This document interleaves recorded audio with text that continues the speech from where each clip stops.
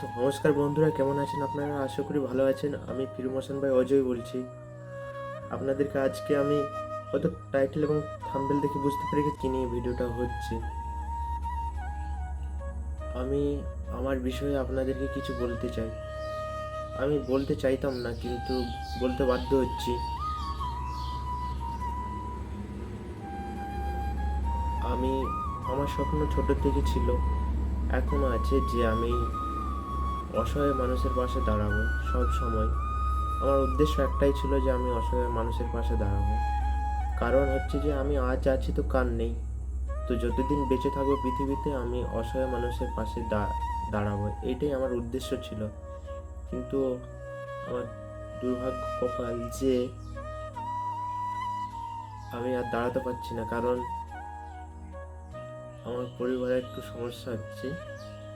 আমি খুব গরিব পরিবারের ছেলে। আমার মা নেই, বাবা আছে, দাদা বৌদি আছে। সব কিছু খুলেই বলছি আপনাদেরকে। হয়তো কথাটা বলা ঠিক হবে কি না ভুল হবে বুঝতে পারছি না। মা নেই, বাবা আছে, দাদা বৌদি আছে। তো বাবা লোকের কাঠ কেটে সংসার চালাচ্ছে। আমি অতদিন পড়াশোনা করছিলাম, পড়াশোনার পাশাপাশি টিউশন পড়াচ্ছিলাম। সেই যে টিউশন থেকে যে টাকা পয়সা আসতো, সেই টাকা পয়সা দিয়ে আমি অসহায় মানুষের পাশে হেল্প করার চেষ্টা করতাম।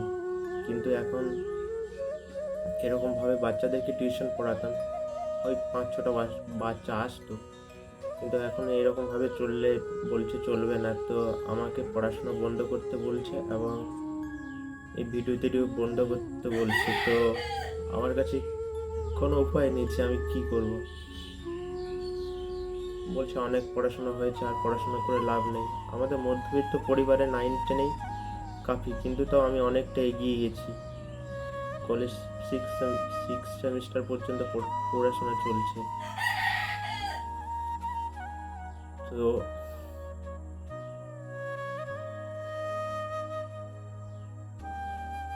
কি বলবো বুঝতে পারছি না।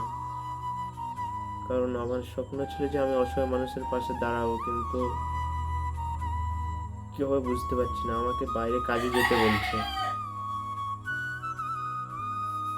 বুঝতে পারছি না কি হবে, কারণ আমাকে বাইরে যেতে বলছে। আপনারা তো জানেন যে যার মা নেই তার দুনিয়া অন্ধকার।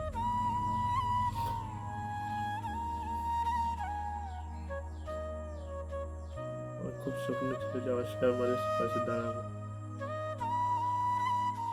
কিন্তু আমি নিজেই এখন অসহায় হয়ে গেছি। কি করে দাঁড়াবো? আর এটা আমার ইউটিউবে লাস্ট ভিডিও, কারণ জানি না আর ভিডিও করতে পারবো কি না।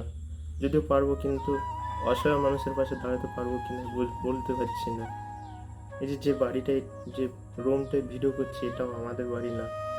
এবং যে ফোনটায় ভিডিও করছি, ফোনটাও আমার না, একটা ভাইপোর ফোন। এবং বাড়িটাও ভাইপোর। আমার বাড়ি খুব খারাপ অবস্থা, কিন্তু এখানে এসে আমি ভিডিও করি। কি বলবো কিছু বুঝতে পারছি না।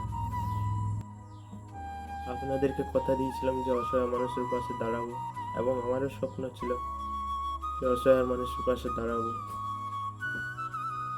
কিন্তু এখন আমি নিজেই অসহায় হয়ে গেছি।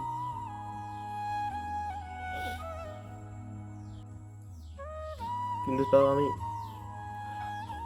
অন ক্যামেরা না হলেও অফ ক্যামেরায় আমি সাহায্য করার চেষ্টা করবো যতটা পারবো।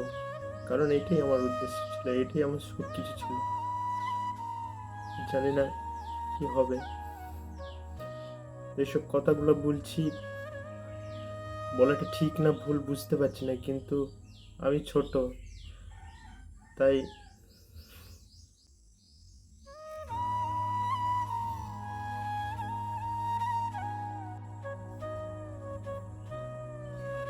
তাই ভুল বলছি। ভুল হোক যাই হোক ক্ষমা করে দিও। এসব সোশ্যাল মিডিয়ায় আনা উচিত কিনা সেটা জানি না।